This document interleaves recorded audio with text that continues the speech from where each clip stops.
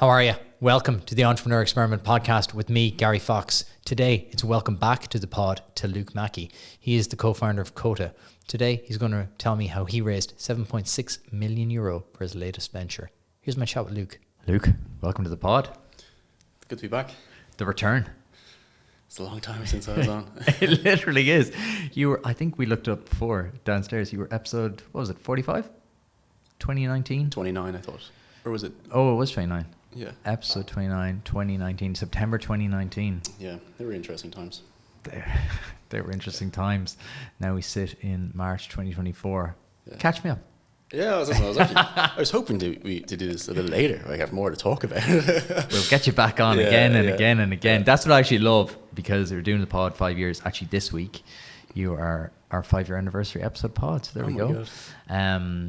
And now it's cool, because someone asked me that recently. They're like, oh, what's it like now? I'm like, it's great, because you're now doing it so long that the stories are now changing and emerging, because 5 years is a long time in anyone's life, but especially in a startup's life, especially in a founder's life. So give people a quick recap on you, say 2019, where were we? Yeah, I had started my first company. It was a company called Bamboo. And the antithesis for that was I got really impatient. I thought there was a lot of inefficiencies in the restaurant industry, particularly around ordering and queuing and throughput around busy periods. So particularly when it was like QSRs, like quick service restaurants, they basically just did business between like 8 and 9 in the morning, or they did business between 12 and 2, and they were dead, particularly in these like really busy areas. So I was like, okay, there must be a way better way to power these guys, or have some infrastructure to enable them to take orders at different times and spread out their throughput. So that sounds like a really technical version of what was an app that allowed you to press a button and have your food or your coffee sitting there waiting for you. Did that for 4 years. I think the first 2 years were really fun and exciting. We raised we were scrapping together, but for first we were bootstrapped, and then we were scrapping together small checks. When did you start? 2017. Okay. Yeah, 2017. I literally started right out of college, and I finished college in 2016. And myself and my co-founder Alan, we just finished college at the same time. We took a desk in a co-working space, tried to build an MVP, tried to get funded. Everyone said no. Built something and put it in front of people, and they used it. And then finally some people believed in us, and I think we scrapped together like 50K from Enterprise Ireland or something like that. And then from there we just grew it and slowly took in some money, and got to a point where it was kind of a lifestyle business, I would say, in Ireland, in multiple different cities. But we just couldn't get it beyond that. We tried to bring it to the UK, and it was venture capital was a difficult one.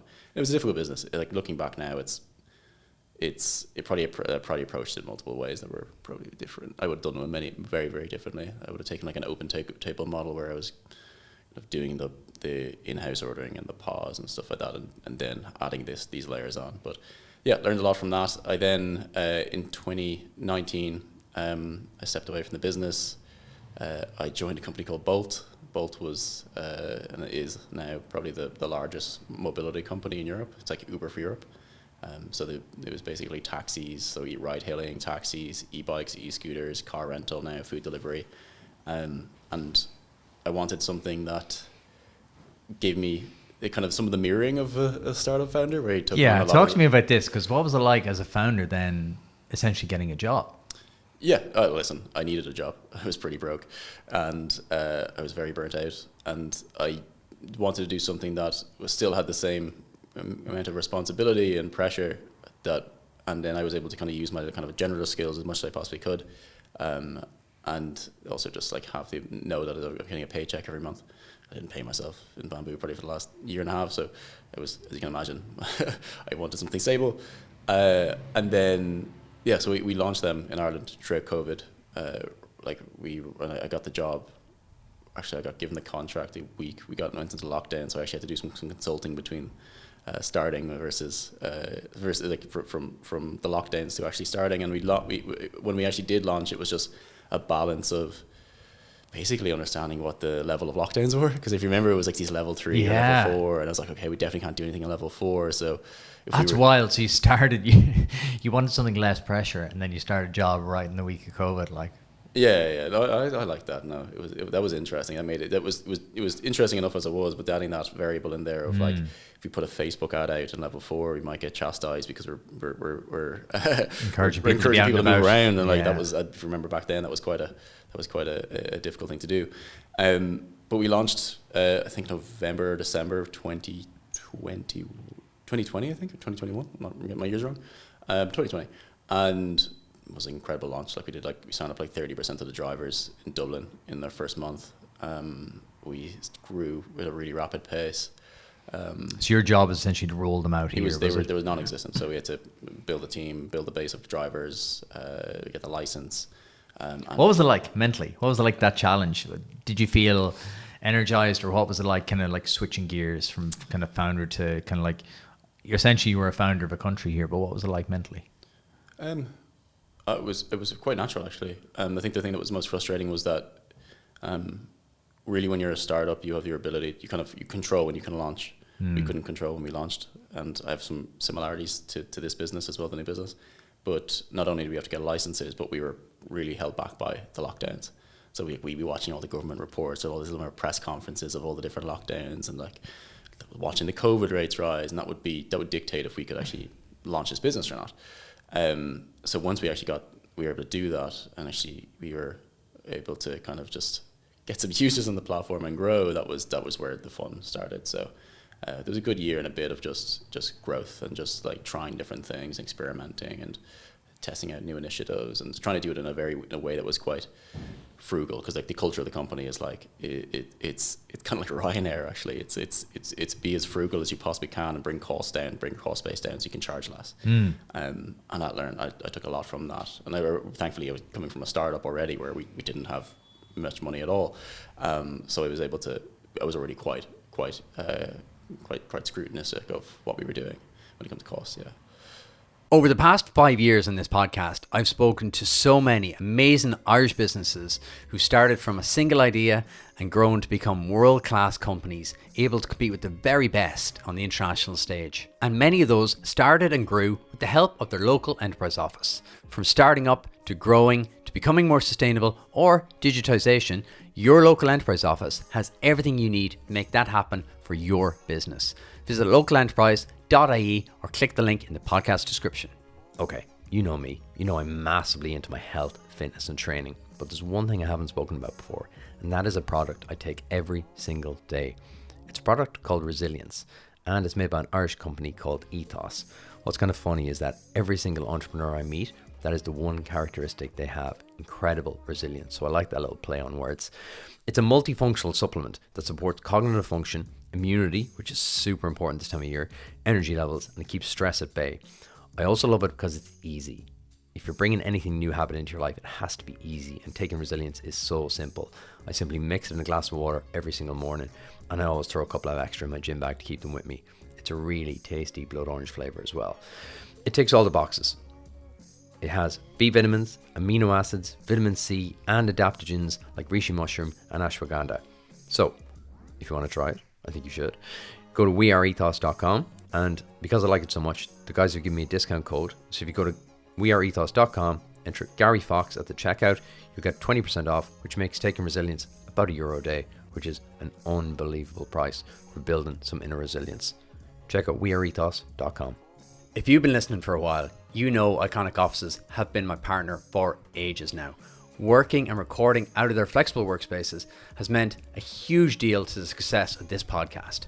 So it made perfect sense to partner up with them again for season 17, but to give you, my fellow entrepreneurs, a unique offer. Come work in the Iconic Office workspaces for free with no catches.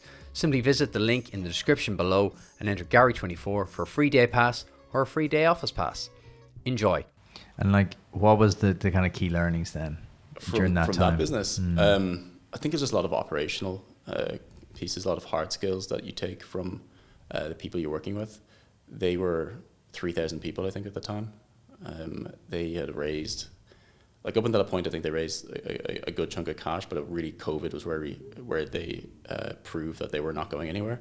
So they went and did a huge round from Sequoia, and it just showed like the level of operators you have in those businesses, and just what can be done with not a shoestring, but a very with a lot of focus, some really really good high quality people, and I suppose just one narrow go to market motion, which was we want to be cheaper than everyone else, and we're going to have a better service than everyone else, and that's all that matters, and that was just do it at the lowest cost possible. So relentless single focus. Yeah, well, that was one part. There's multiple things around, but yeah, definitely.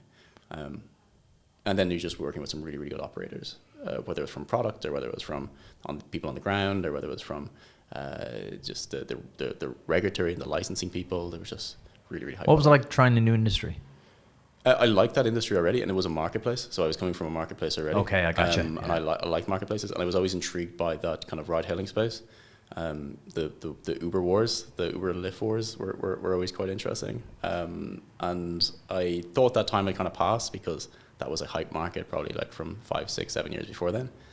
But to go and bring that to a new country, to my country, I suppose, where there was a monopoly, there was one ride-hailing provider, and if you for some reason just couldn't use that app, you were pretty much screwed. So adding competition and trying to put pressure on better infrastructure was something that I found personally quite exhilarating and interesting.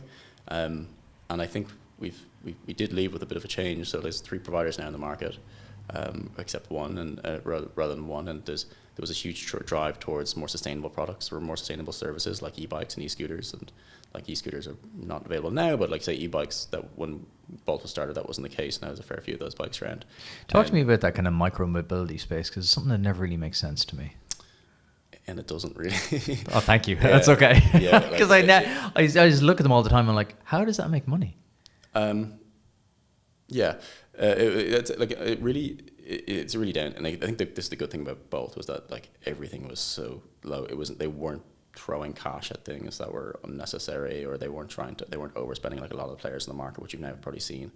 And also they had a model which was it was kind of like an ecosystem within their product, whereby they owned the scooters, they owned the bikes, and they have this taxi industry, this ride-hailing industry, and they all kind of feed off each other. So like the bikes and the scooters, they can be profitable and they can make money, and they do, but they also feed as a marketing tool for the ride-hailing, which is probably the most profitable part of the business. Gotcha. So that when it's in that model, it's quite lucrative.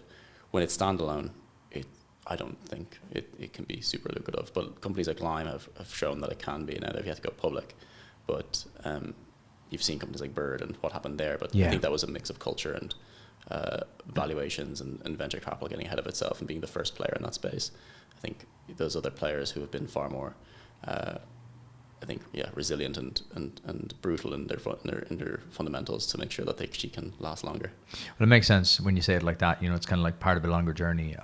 When you can explain it like that, going, you could get a bike to here and then a taxi to here and then lead in. It was like that last mile piece. Like where we were playing it was put these bikes or scooters near your dart stations and your bus stations, and you can subsidize what the government should be providing in terms of last mile solutions. So people aren't walking home and for a kilometer or 2 kilometers. They can actually just jump on a scooter and bring it back to their apartment complex where there's already a few thousand people living there, and they can go and reuse that. And that was kind of our sell, which is still the case. The beauty of it, I was doing that every day with another service provider, and I was like, we need this to be us. So I was living it. Talk to me about the Irish infrastructure, because today is a perfect example of a Dublin day. It's wet, it's dreary, it's grey. It took me 2 hours, 15 minutes to make what should be a 40-minute journey. Talk to me about the Irish infrastructure, what you learned in that time. I think we're really bad. Don't hold back. Go on, I can see you thinking about it. Don't hold back. I think we're just the most unambitious country in the world when it comes to good infrastructure. And not only have we not planned properly and not built properly, we've now been ultimately constrained by a huge green agenda, which is probably right now we're very car driven as a particularly Dublin. Look at Dublin. Look at 2 hours to come from Greystones. It took me. I drove in this morning. I know I should be getting the dart, but I drove in.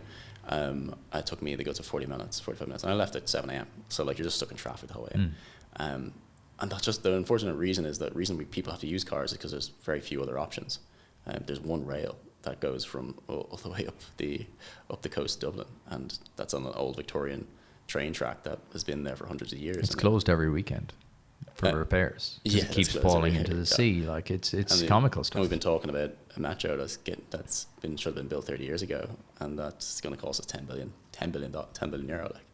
So I just feel like we're just we're not only have we got a culture of incredible incrementalism of slowly picking away at things in order to keep people happy. And I think as a country, like that's the way our politics works. It's like every election cycle is like, we'll talk about the things that are interesting and might get more votes, but ultimately that just results in really slow development. And I think for a country that is full of like ambitious people and people who've changed things, we're really bad when it comes to policy and government.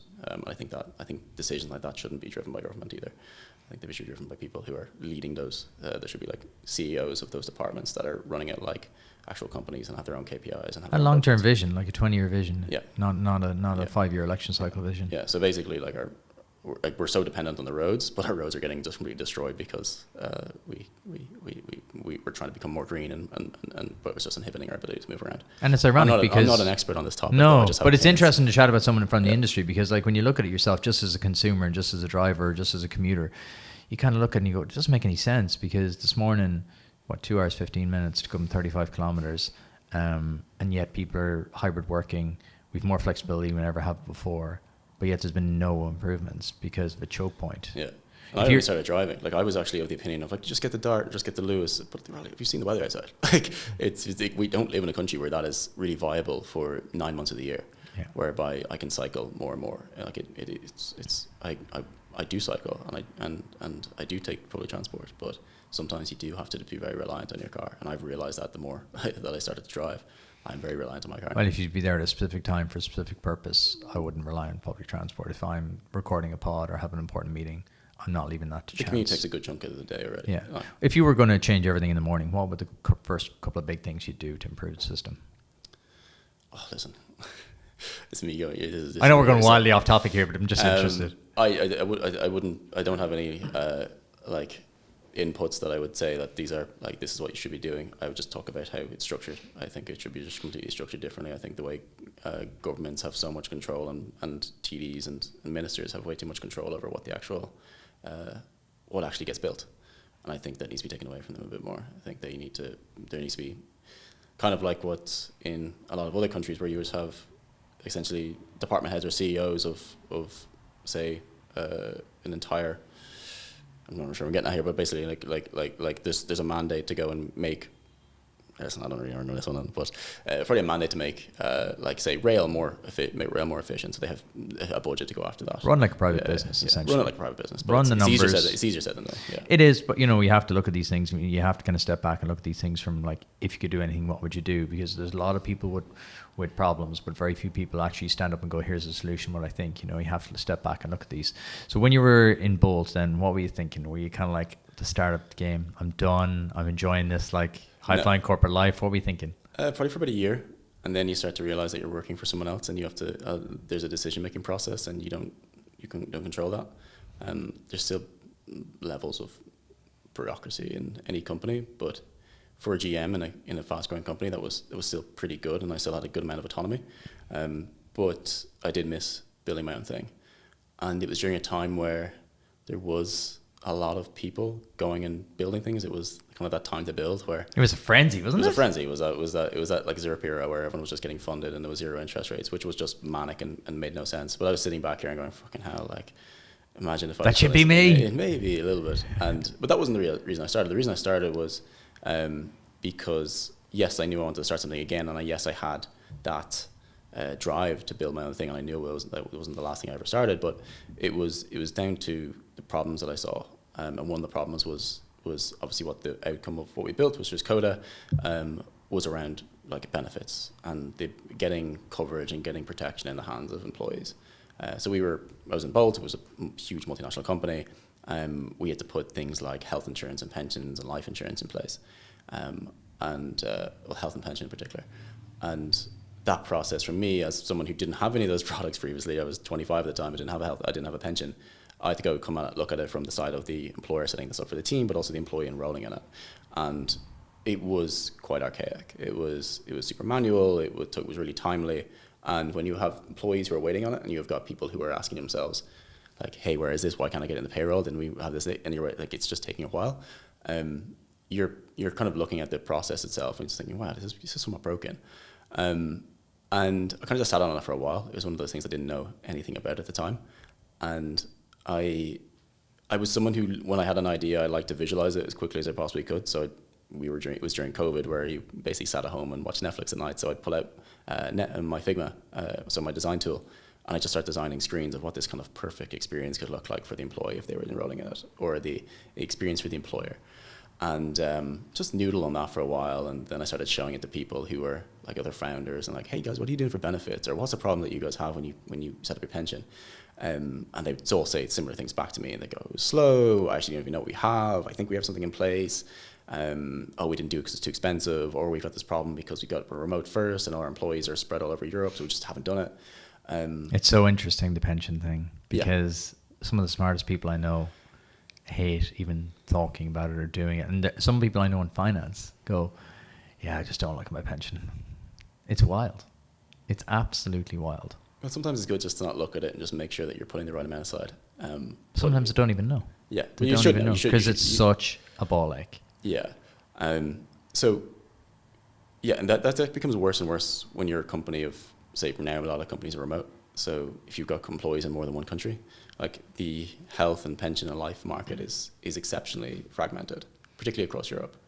So you got 3 providers in Ireland. You got, say, on the health side, you got Irish Life, VHI, and Leia. In the UK, you got 5 or 6 providers, and that's like Aviva, Bupa, AXA, and Vitality, and another one as well. And there's no homogeneity, there's no like consistency across borders. So when you're trying to actually do this as a company that's in more than one country, you end up just being like, you either don't do it because of the inertia, or you have to spend a lot of time and money doing it, and that's where you engage brokers, and that's a slow process. Our thesis is that because it's so offline, and because it's so fragmented, because it's not digital first, because it's not easy to access, because it doesn't sync with any of your existing HR and finance tools, smaller companies will not do it, and therefore there's a lot more smaller companies. And ultimately what happens is the generation of employee just don't get covered. Or they're getting covered with subpar experiences, and we're trying to enhance both. We're trying to increase the access, we're trying to make it more accessible for the team, for the companies and the employees. We're trying to make it more affordable as well at scale, because there should be a really short value chain. It should be cheap to use. It shouldn't be paying consultancy fees to go and get access to these things. And we're trying to obviously make it more global, trying to make it like something that you can use across markets. Okay, so you're in Figma, playing around with it at home. Yeah. Why? It was something that just interested me with how bad it was, and also worried me by how little people cared about it. Why do you think that is? Because it's boring. Yeah. And people were more worried. If I look at my friends and my generation, my friends were more worried about like saving for a house than they were putting money into their pension. They're approaching their 30s. What's my biggest pain now at this point? Yeah. And it baffles me because they're not mutually exclusive. You don't have to do one and not the other. Like you can do multiple things. Yeah. Whereas I think people are like, oh, when I have the house, I'll start the pension. But like you can just chip away. Like it's a psychology piece. That's what fascinates me about finance and personal finance in particular. It's mainly a psychology piece. Yeah, and I think that stems from the top. That stems from the CEOs of those companies. It stems from the HR departments and the finance departments of those companies as to why, the first thing they think about when they think about implementing these things is first they think about cost, they think about administration, and then they think about engagement. For costs, because they're thinking about like how much it costs for a broker, what's the actual outlay you have to, like what's it going to look like on top of payroll. And the traditional way of doing this tends to be quite binary. It's like, we're going to pay for the full plan, you're going to get this much towards your pension, it's going to cost this much to set up, here's the management fees, all of that, and then here's the broker fees. We try to make that a little bit more flexible. So we try to be much more contribution based, so you can put a percentage aside, a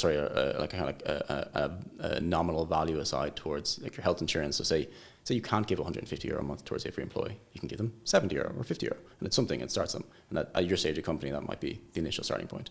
Then when it comes to like the cost piece, like brokers are expensive.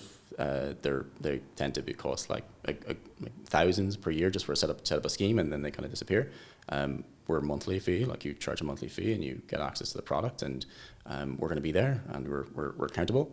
Bring me back to this though. Bring me back to when you were just thinking about it though. At what point were you like, oh, I think I want to do this. I think I want to go again? I was trying to convince myself not to do it, to be honest, because it was so difficult. So I was actually, I built a deck, and I had the designs and the mock-ups and everything, and I was trying to convince myself, why wouldn't I invest in this? So it was like a 12-page pitch deck. I did an FAQ and everything to with sightings of reports and market analysis and even quotes from people I'd spoken to really go pick holes in it myself, to a point where I started showing it to people who really knew about the subject matter, and they're just like, you should really do this. And that's where it gave me a bit more confidence. So I was talking to people in insurance, I was talking to people in brokerage who were like, people like you don't really exist in this domain yet, as much as they should. Try it. So what's the worst that can happen? Break this down for me, because I think this is a fascinating piece between the first-time founder, second-time founder thing, because, you know, this is why serial founders are so backable. Like, how did you approach this differently? You kind of outlined it there, but give me kind of a succinct example of how you approach this startup differently than the first. Firstly, I had more experience. That helps. I was far more cynical and critical of what I was going after. I didn't want to fail, but I knew anything you do, you have to have an appetite to fail.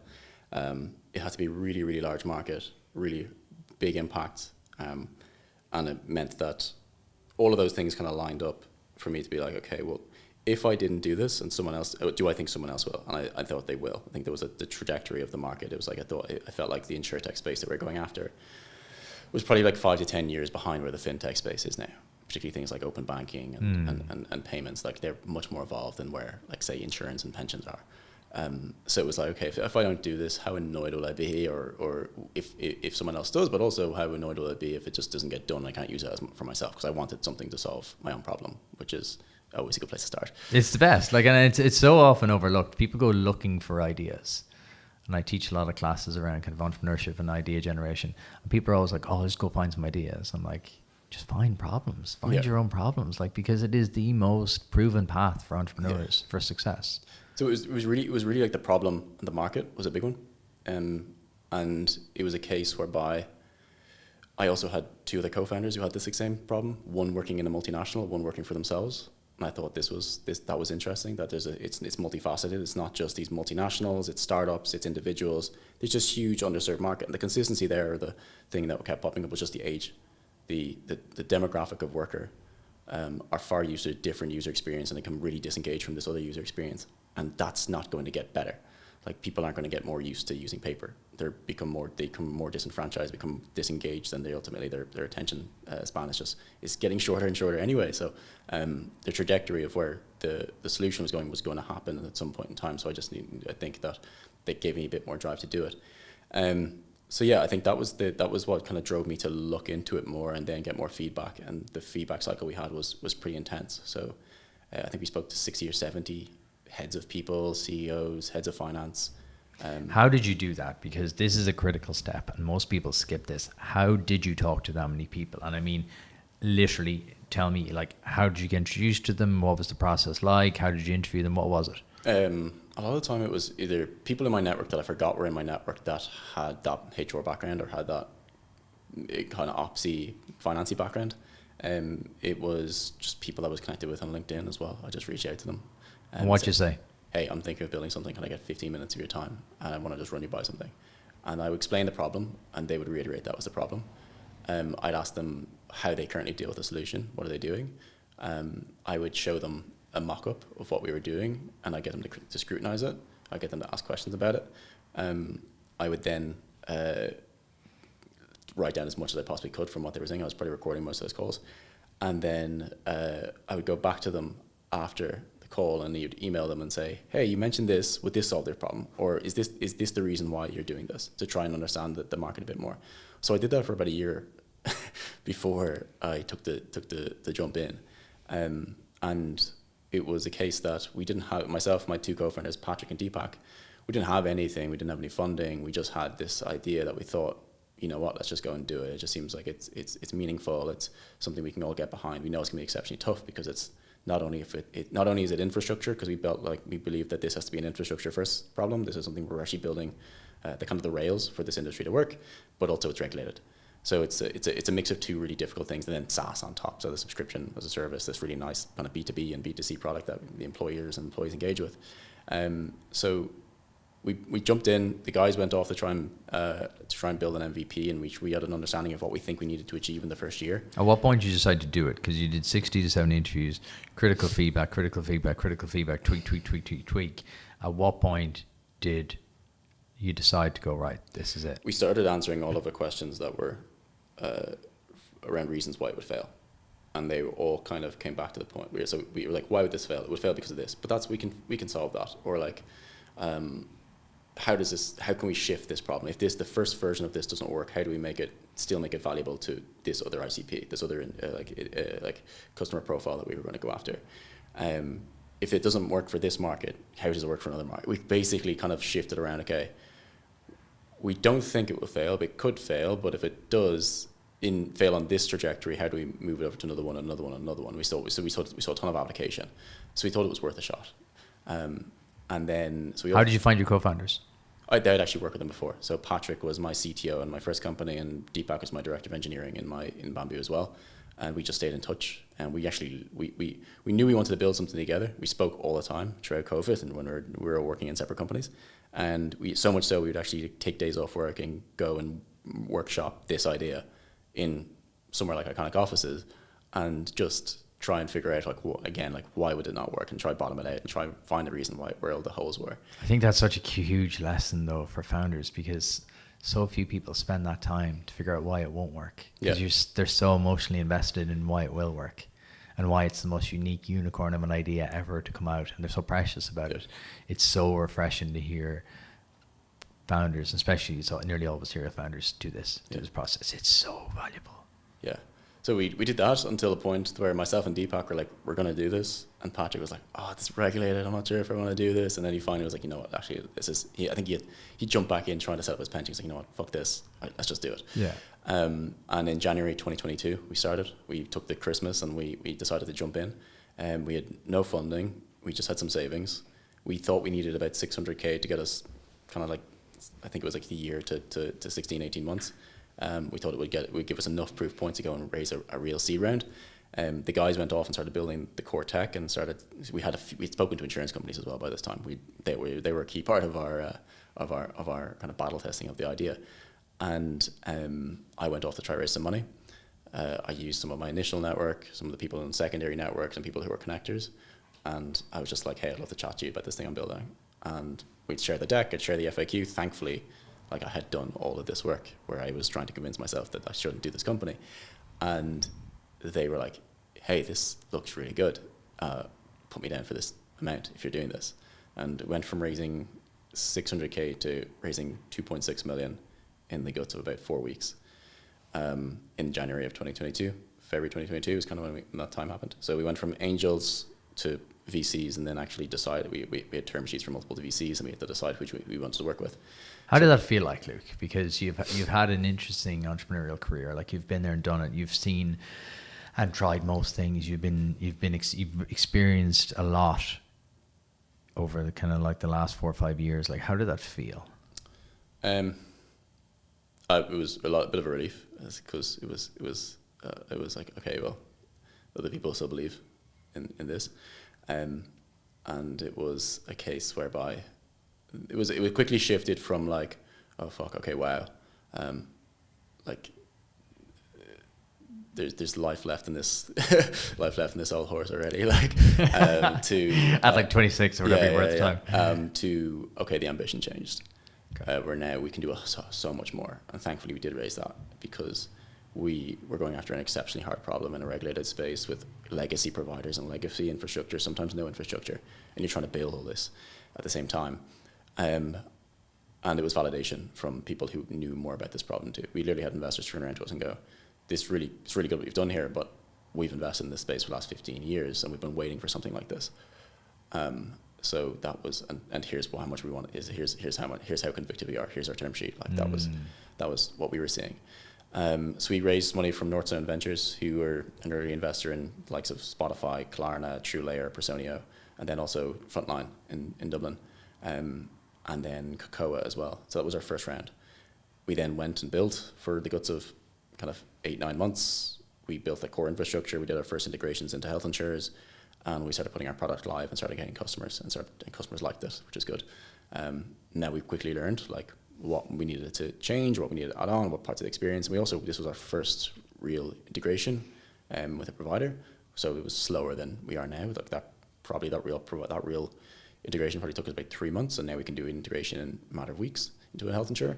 And from there, we just started adding more products and started seeing other parts of the market. Another part of the market that we saw that was quite large was particularly around the infrastructure piece. And when I say infrastructure, it's kind of like our developer products. So our products that a software engineer or another tech company that talks the employee record can leverage to go and offer these products. So embed health insurance into their experience, or embed a pension product into their experience. And that was getting more and more traction. And we started seeing real use cases of large companies coming to us and go, we want this, can you build it? Or can we buy you? Or this was already happening really early. And we wanted to move quicker. And we so this was probably March of last year, April of last year, whereby we had the opportunity to do another fundraising round when we didn't need to, but we wanted to pick up the pace more. How did that come about? We had customers that wanted a product that we didn't have yet, put it that way. Great. And that's a pretty good catalyst to go and try and step on the gas more and not shorten your runway and increase the ambition of the company. So we had spoken to a fair few funds that we liked. We put it out to about 3 or 4 funds, say, hypothetically, if there's a round happening, would you be interested? And thankfully they were. We ran a process, and in a period of time after due diligence and everything, we had a term sheet, and from a fund that we really liked, that we've been working with for a while, or speaking to for a while, and getting to know each other for a while, and understanding how they think about the industry and how they think about us. And that was EQT Ventures. So they are a venture arm of EQT Group, which is like $100 billion private equity firm that have a venture arm that have invested in companies like Nothing, for example, Nothing Phone, and a fair few others, but they're kind of they're newer to the venture game, but they're just exceptional. And they led our seed. So we did a 5 mil seed last year. So we've now raised 7.6 in total. We've built a team to 22 people. They're in 7 countries. We've onboarded the guts of hundreds of companies at this point. And we're now switching on more markets. So we're trying to do 12 markets this year, 12 local markets. We're already in 3 in the UK and Ireland and a few others. So we're going to switch on the likes of Spain, Portugal, France, Italy, Netherlands, a fair few others, some out of Europe ones. And it's ultimately just kind of like the optionality is a huge part of what we do. So local optionality with core providers being available through our product instantly, being able to price, to quote, to enroll, to do this all out of the box in a self-serve way is really important for us this year. And we've been able to serve companies of anything from like 20 people to 300, 400, 500 people, and they love us. Like, we've never lost a customer yet. That's whirlwind, isn't it? Like, the last 2 years have just been manic for you. Yeah. I think pace is important. That's another thing as well. Like, I think there's a fair few learnings from what matters most when you're building a startup. There's probably 4 things that matter. I would say, I think people, obviously the people you're bringing on board is super important. So like recruitment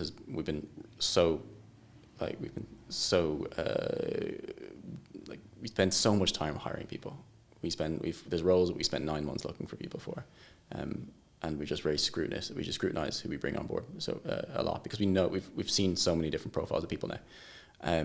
So like I think the most important thing is obviously, as a founder, it's kind of painting the vision of the company and then making sure that you've done it in a way that motivates and inspires other people. But the people you want to bring in, they have to have that balance of intelligence and that skill set, but also they have to have like an innate drive to work in a startup of our stage or work at a company of our stage. What are you looking for?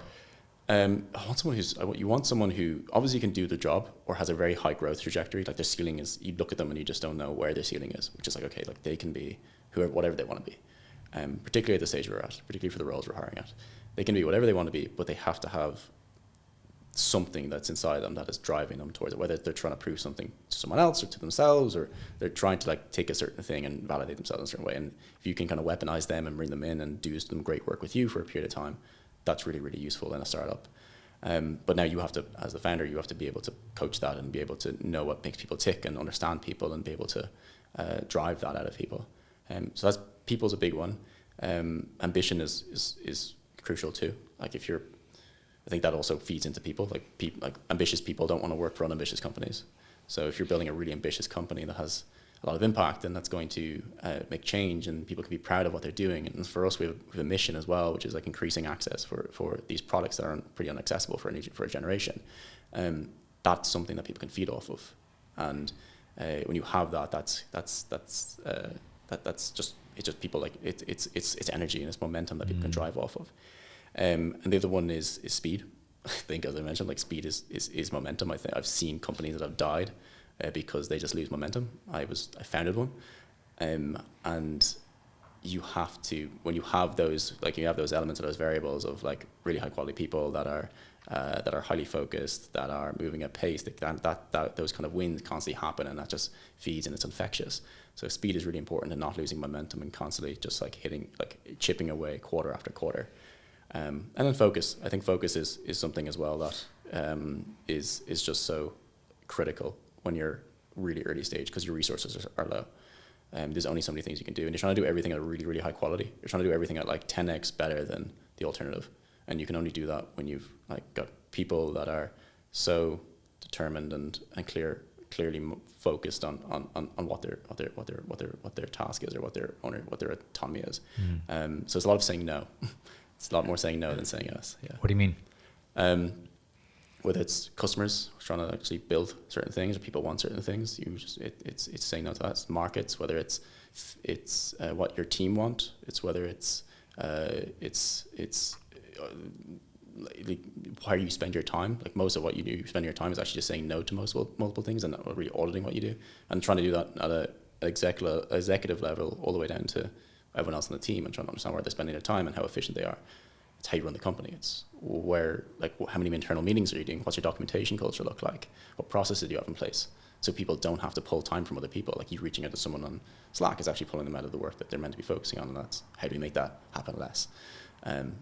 It's kind of, it's all of that feeds in together and compounds to kind of create this entity, or create this organization that you're just trying to kind of just grow over time and scale and do that. It sounds like you're in an absolute flow. Like just even listening to you here last half an hour, it's really interesting. Like you're in such a flow. How does it feel compared to last time? Yeah, it was a little bit more momentum, I would say. Yeah, a little bit clearer on what we want to do. It's all those things. It's a heightened level of quality and focus on people, ambition, focus, and pace. I was a first time founder. I didn't know what I didn't know. I didn't have necessarily a massive amount of confidence in all the decisions I was making. It was just, a lot of it was gut. I have a lot more certainty in what we're doing now. It sounds like it. That's what's really interesting to listen to. I love frameworks. When you said that 4 things, I'm like, oh, you're speaking my language here. I love that, because you need that direction, that focus. And I'm a huge believer in momentum. Like, life is all about momentum, because you have seasons in life. You have hard seasons and good seasons. You have summers and winters. I'm a big believer in momentum. How did you get that confidence? Because I'd imagine it's ebbed and flowed over the years as you've had wins and losses. How have you entered this realm, or this era of confident Luke? Because it's like, confidence is one of those things, like when you have it, it feels like the best thing in the world, and when you don't, it's the worst thing in the world. So how have you generated that? It's not necessarily confidence, it's kind of certainty in what you're doing, and knowing that what you're capable and what you're not capable of, and being very self-aware of those things. I've got a bit of muscle memory. I've done this for the last 9-10 years now. It's kind of comes naturally to me. If I wasn't doing this, I think I'd be pulling my hair out. I'd be probably really depressed. Like, even as difficult as this is, it's the only thing that makes me feel like I'm doing what it's kind of fulfilling or rewarding. But it's exceptionally tough, and it's being aware that while this is really tough, you're kind of built for it in some way, and I kind of realize that I'm pretty well built for this. So that's kind of where that confidence or certainty comes from. I was like, okay, well, if I can't see around corners, but I can understand the different what might be around the corner, the different options that are there, and how I'm going to tackle each of one of those things. You feel like where you need to be. You feel like you're in the right spot. Yeah. How do you balance this with yourself? Like, how do you? Because it sounds incredibly like, it sounds like you've had like a relentless schedule for the last like 8-9 years. How do you balance this with looking after yourself? I was really bad at it, honestly. I think I've gone in the peaks and troughs of it. I used to be somewhat good at gym and kind of trying to fit that into my lifestyle, but ultimately guilt takes over sometimes, and you just work from 7 a.m. to 10, 11, 12 at night sometimes. nonstop, and that really just burns you out. And I've realized over time, particularly in the last, say, year and a half, where I've burnt myself out, probably, I won't say burnt myself out, but I just overextended, and I didn't make enough time for myself, that I actually just become an inefficient version of myself, whereby I'm probably giving 50 to 60% of what I should be giving, because I'm not doing the healthy things to make sure that I'm getting like 80% out of myself at a more consistent level. Then you drop off. If you burn out, you're dead for like a week. And I think it's the biggest nonsense around the whole startup culture is this whole culture of like, man, we were there like 7 to 11 every day. We just grinded and hustled. It's short-term thinking. Like, it's always definitely a lot of first-time founders do it because they feel that's what they should be doing. I think you can't. I think, like, personally, I think that is necessary. I'm sorry, like, you actually do have to do that. But if you don't know, if you don't listen to your body and know, like, all right, I need to get that extra 2 hours of sleep in, or if I don't go to the gym, I'm not gonna. I need to stay disciplined on that stuff, or I need to go and see my friends, or I need to go and clear my head. Like, that stuff's all necessary in that relentless period. Sometimes you do go through those sprints of 2-3 weeks, just really hammer down, and you are just trying to find those hours to try and like take your mind off something, or trying to get the sleep in. How do you approach it? Yeah, it's a mental game and it's a physical game. I think something I've started doing. I've started seeing a therapist, which is pretty helpful. I think founders are probably some of the most mentally all over the place people in the world. We're all kind of weird, so I think go see a therapist. You have a lot of unresolved issues, probably. That's quite useful. And then exercise and kind of putting that energy towards something that is more physical, and you can use and use towards just like prolonging your body. Like what I kind of have to do something every day now. So what I've done is I run, I go to the gym, I do sauna. I run with my friend. Speaking my language. Yeah, I know. Yeah. I'm typical tech bro, right? I'm absolute fucking caricature. But it's true though, man. Like the fundamentals, right? Look after your cardio, look after your strength, look after, and the sauna is just powerful. And you get addicted to it if you don't do one of those things. For me, I'm getting addicted to it if I don't do something like that every day, whereby I feel really unproductive, even though I'm working really hard. But then I've let myself off the hook a little bit by going and getting an hour in the gym and thinking that hour could be better used for me in front of the laptop. Actually, no, if I go to the gym at 7 or 8 o'clock and then come back and maybe do a little bit of work before I go to bed, whatever it is, like I do feel like it's more productive, it's more efficient. So yeah, like stupid things. Like I decided to run a marathon. I don't run. I started running in like November. And running's the new buzz, man. Running is the new thing. Hybrid athlete. My friend got me into it, and I'm addicted to it now. My friend got me into sauna, and I'm addicted to it now. And then I balance that with gym. So I think doing that stuff with other people and being accountable and making it social has been quite helpful for me. It's huge, man. Yeah. It's massive because again, this ties into what we're talking about there. As a founder, you can become really antisocial. You become so focused on what you're doing, you lose that connection. And like we're a community species, like we need to be around other people, and you need to be around people that aren't related to what you're doing as well. I think sometimes I go to the sauna with like 3 or 4 other founders. But like they're not in your company though, right? Yeah, but it's like-minded people who are also just kind of a bit weird as well. But that's different though. If you're going like with your coworkers and stuff, you're still working. Whereas if you get out of that kind of like social circle and you're with people you enjoy spending time with, just even like you said there, I'm a big believer in like slowing down to speed up. That hour can speed you up 3x maybe in an hour later, whereby just sitting there grinding away, your brain can't recharge. It can't get back to where you need to be. Like an 80% Luke is 10 times better than a 5% Luke. Like. Particularly when you're context switching all the time. If you're jumping between different things all the time, you are not in a headspace that is super creative or thinking about things in a way you probably need to think about. So I found exercise particularly and kind of the other kind of outside of work stuff particularly useful to be able to step away and reset and then come back at ideas or come back at things in a different thought process. You can get stuck in your way sometimes, and you get like stuck in the monotony of contracts and one-to-ones and that isn't an exception. That isn't an exceptionally creative place to be when you want to talk about product and roadmaps and design. When's your marathon? May, in Copenhagen. Oh, Fastest nice. marathon in Europe. Is it? Yeah. I was going to say why. Is that why? Yeah, and then like there's a few friends that are doing it as well, so we're kind of. That's cool. I have a friend who's an actual runner, a proper runner. He'll smoke me, but I just want to finish. Okay. Yeah. That's cool. I love seeing the kind of there's a real swing towards fitness and health among founders as well. I think it's really, really cool to see. Like there's a real trend towards like looking after yourself more, which is huge. Like the sauna's mad. Like the impact the sauna's had on my life is monumental. It's great for stress. It's like going from really, really hot to really, really cold, and really, really hot to really, really cold. You don't feel those, that, like, even I track it on my Oura ring. Like my level of stress level just goes down, and you can kind of control it a lot more. Not that I'm exceptionally stressed anyway, but like that's. But it's wild, and like the impact it has on your long-term health is, if the studies are even half true, it's monumental. Yeah. Like in terms of lifespan, health span, your cardiovascular improvement, like it's massive. Yeah, and it's something you can go do with your friends. It doesn't involve alcohol. Yeah. It's huge. Like there's a lot of trends coming. Like I think 35% of people aged 25 don't drink. Like there's a massive amount of trends coming towards it, and that's definitely one of them, the no drinking thing. And especially like if you're looking after your head as well, alcohol is definitely not one of those things. We're a nation of absolute booze hounds, and I think that is changing, thankfully. And it's still the trends of like running, sauna, fitness, looking after yourself.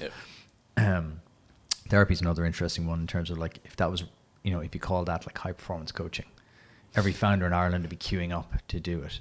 Well, I think it is, because it actually just tells you what your drivers are. It's like, here's why this matters to you so much. It's like this thing that happened when you were a kid or whatever it is, and you're like, oh wow, okay, you're trying to connecting all the things of why you behave in certain ways.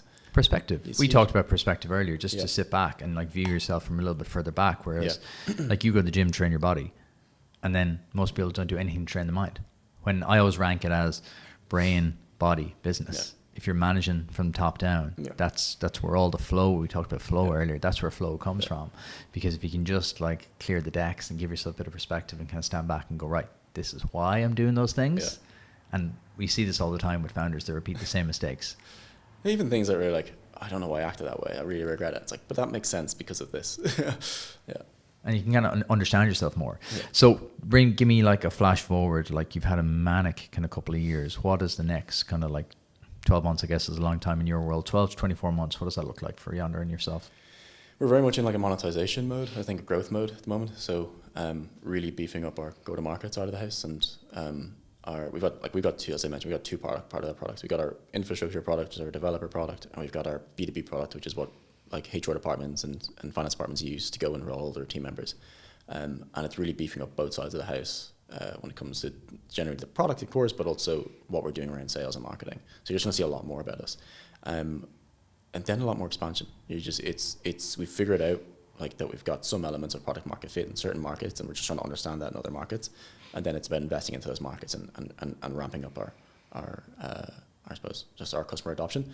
And then like reality is we're just kind of the way we look at things, the way we run the company now is in a very short-term mindset, with a long-term, like reverse engineers back from like 10 years to 5 years to this year to the quarter. I love that. And that's really where that's everything we refer to is always on the quarterly basis up to like what we're trying to do this year, and here's how that ties into the vision of what we want to do. So you've kind of a 10, 3, 1 quarter roadmap. Yep. I love that. That's how I manage my life, weirdly enough. But like, I think you need that, right? And it'll change, right? It'll completely change. It's $100 billion industry, and we're very, very far away. Maybe in 10 years we've got a percent of that, or a certain percent that's you can point at, but we can't think like that right now. We need to think about the problem we're tackling right now and chipping away at that. It's like biting into the elephant, or what do they say? So is that how you manage it? Because that is something a lot of founders struggle with, is that like it's such a big problem. Where do I start? Or people are trying to start the business. Is that your mindset? You break it down into manageable chunks? Yeah, there's a strategy there of how it all could work and how it can all how it can all scale and how it can all be very defensible. But if you're not executing on it, it's useless. How's it been kind of like going to 22 people? Because that's a big jump. What's it been like kind of growing that out and scaling? I know you said it's hiring is kind of your number one priority, but what's it like even like growing from the three of you initially with an idea to 22 people? Because it's a very different company. So far it's fine. I think just a lot of reports. So I've probably got like 7 or 8 direct reports now. But it's like you step away from certain parts of the business, or like you like for example sales. I would have built the sales function up over time, done it for the first say 50 companies, brought in someone to lead sales, and then step away from that. And there's points in time where I might jump back in and be involved in it in some way or try to support. But I think the key thing is that I've hired people that are way better than me at these things. So it's just about giving them the autonomy and the resources that they need to go and execute on that, and build a structure and a process that allows us to kind of make sure that they have everything they need and that they're moving at the right pace and that their priorities are the right priorities. And that certain people are going to be really good at parts of their department, but they may need help on other parts. So we've done things around that as well, like bringing in a chief of staff to try and like jump in across department and try and make their people more efficient, and be able to jump into, say, parts of the department we don't have anyone, say for example legal. So we've people who can, like, we can kind of like, we've generalists there. The chief of staff role is interesting. I'm seeing that more and more crop up. Yeah. I'm seeing two kind of trends across startups: fractional hires, so fractional CMOs, fractional CFOs, and the chief of staff role. Talk to me about the chief of staff role. I think for the scale we are and the type of founders we are, it's been quite useful, because I think founders generally are really good at putting like the first 30% of a process in place, but because they're so maybe not distractible, but because they're being pulled in so many different directions, the last, say, 70% of that process needs to be implemented and needs to be looked at and needs to be reviewed and needs to be iterated on and needs to be perfected. And it's not really perfected, but it needs to be put in place properly. And this is where things break. If you don't have someone who's taking full autonomy of that and able to put those processes in place and hone them and be really organized, you're just going to be constantly falling over yourself and tripping over yourself. You go from, like I said, I go from one department to another department, and then look behind me and everything's broken. That can't work.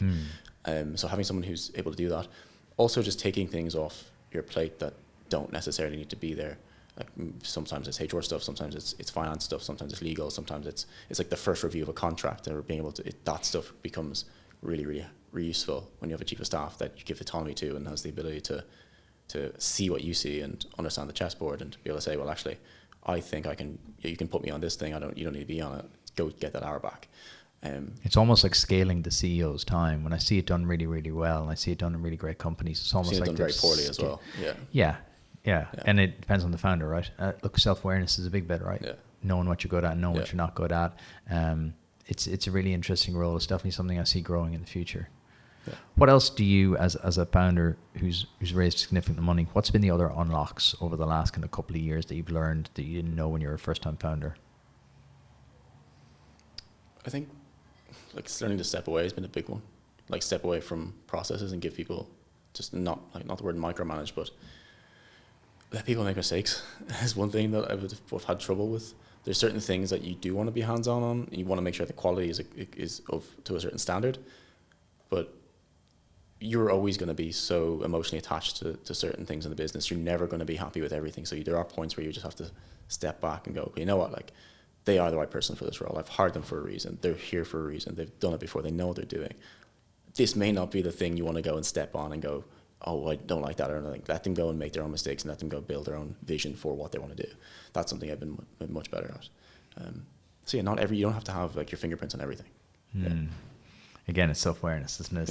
It's that not experience. It's really interesting. Let them grow, because they're going to go and they'll surpass what your vision of it was. Yeah, and I think that's it's fascinating talking to a second-time founder. It's such a different chat than first-time founders. Like, there's so much knowledge there, and that's why I love doing these podcasts, because you're distilling down years and years of experience into something that, you know, is now available to first-time founders. That's why I think it's so interesting to do these ones.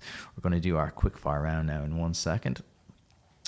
What does, like, for people that are listening and want to kind of learn a bit more, who's your target customer? Our target customer is anything from like 20 to 1,000 people. If you've got employees who are younger, who maybe aren't as engaged in these benefits as you'd like them to be, if you've got a pretty low activation rate, there's probably a reason behind that. And the reason is because you hand them a PDF form and ask them to go fill it out, and they don't really know what they're getting access to. We have like an 85% activation rate. We have our NPS is either 9 or 10. So if you've got a company where you're looking to reduce your cost when it comes to benefits, make it more engaging, and also let it like make it more, I suppose, intertwined and synced with your existing finance and HR, which will just kind of work in the background. Maybe you want to reach out to us. And then if employees in more than one country, so like we've got health insurance in 30 countries. We've got quite a strong product in the UK. We've got a very strong product in Ireland. So I think if we look like we've got employees in any of those regions, you should speak to us. Yeah, such a cool idea. I love it. It's such a clever idea. You're all the buzz. I said this when we met for coffee. Like, your name just keeps coming up in so many different conversations. There's something special happening with you in this company. So I'm delighted you came on. I'm going to do a quick fire round. All right. What book would you recommend every entrepreneur read? I think the first time I was on, I mentioned Hard Think About Hard Things. That's still, I definitely recommend that, but I would change that now. I'd say Amp It Up by Frank Sleetman. Frank Sleetman's a CEO. I don't think we've had that one before. Amp It Up. Amp It Up, yeah. It's basically his principles of how you should run a company. He was the CEO of a company called ServiceNow, Data Domain, and more recently Snowflake. He's just retired. But 2 of those companies are in the top 10, I think top 10 or top 15 SaaS companies on the stock exchange and stock market. Sold. What's going on the Amazon wish list today? It's basically just about like what I was talking about. It's about increasing pace in companies, increasing focus, urgency, building really, really high performance companies. Yeah. Beautiful. That's a brand new recommendation. What's the biggest thing you've learned about yourself since becoming an entrepreneur? I can take a lot of punches probably. I can take a lot of things without it breaking you, which is a really good thing for a founder. Yeah, whether it's work or personal. Like, I've seen a lot in probably a short period of time. I think that just is pretty good for an entrepreneur to be able to be quite resilient and relentless. I just kind of realized about myself. Yeah, that's one thing that I think is, if I can point to that, like there's a lot of other things that I like about myself and I don't like about myself, but that's the one that I think is it's helpful. You've definitely put the reps in. There's no doubt Some about reps that. are there, yeah. What valuable business is no one building? I tweeted this a while ago, and it's just purely because it came up, and it comes up all the time for me as a use case, and I have no interest in building it, but I feel like the bookings.com, the Sky Scanners, they're almost like analog now because it's just a transactional marketplace. You go and you find something. I think AI can be applied to that so easily. I think if you were to say, I want to go to a hot country on these dates, or I want to be on a 3-hour flight, I want to pay this amount of money, and I've thought of it this so many times. Surface me, like, or even like that's like personal, but then there's on business as well. It's like, I'm going to Munich, I want a hotel that costs this much, that's this close to the city, and you have everything from your entire itinerary is kind of built, and you just have to, hopefully there's a checkout point to that as well, or if to go at least it points you to the point of those checkouts, kind of like a Sky Scanner or a booking. But that would just be really useful, I think, just to take a lot of decision making. Because how much time do you kind of flickering around between and sometimes you don't hotels know. And flights and stuff like that? Like, yeah. And it's the paradox of choice. Yeah. Too much choice is a killer. Yeah. I think there's going to be monstrous big businesses built out of curation over the next 5 to 10 years. Yeah, AI will play a part, but I think curation will be a big part of it. Sometimes you're like, I want to go away for 5 days. I just want it to be sunny. For me, my partner, my baby, that's it. Hit me. Yeah. And here's my budget. And give you ideas, because you probably think of the same places. You're always going to Marbella. What a first world problem to have, right? I do love it. What would you do today if I give you 10 million? You can't invest in your own company. Probably just invested in Irish startups for the next 5 years. Yeah. You're sucker for punishment. What's something in your daily routine you wish you'd started sooner? Sauna. I'm going to give you 1 million. You can invest it in one person or company. Who is it? A friend of mine, Will O'Brien. He started a company called Ulysses. This guy's popping up everywhere. He keeps popping up on my Twitter and LinkedIn. He's great. What's his story? He's just a good thinker, curious dude. He seems like an interesting guy. I must meet him, actually. Company. That or just buying secondary SpaceX shares. Yeah. I think the secondary share market is very interesting. I think someone should do something there. If you start a new company in the morning, what would it be? No, I just build Kota, to be honest. Yeah, I have no other interest in building anything else. That's fair enough. What do you believe that other people will find strange or strongly disagree with? See, I'm not much of a contrarian. I think like in some things you are, like, and I get uncomfortable talking about things that I don't necessarily understand. I don't think that just like, there's like the cliche of good things come to those who wait. I disagree with that completely. Maybe that. Yeah. I think you have to, like, if anything, I've been brutally impatient and calculated in my impatience. And if I wasn't, I wouldn't be. I don't think I've done much from a successful perspective, but I wouldn't be where I am if I wasn't exceptionally like driven to try and tick certain boxes and drive my own path, and be in control of my destiny. Controlled impatience. What's one thing in your personal life you spend money on that brings you happiness? Am I allowed to say sauna? Sure, double sauna. Maybe.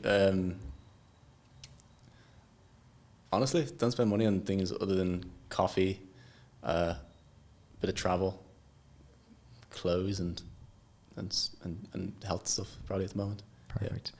What's your one final piece of advice to every entrepreneur listening? Get comfortable being uncomfortable is the one I always say. If you can be able to take the punches, it's really half the battle. Yeah. Luke Mackey, that was an absolute privilege. Where can people learn more about you and your company? Kota.io.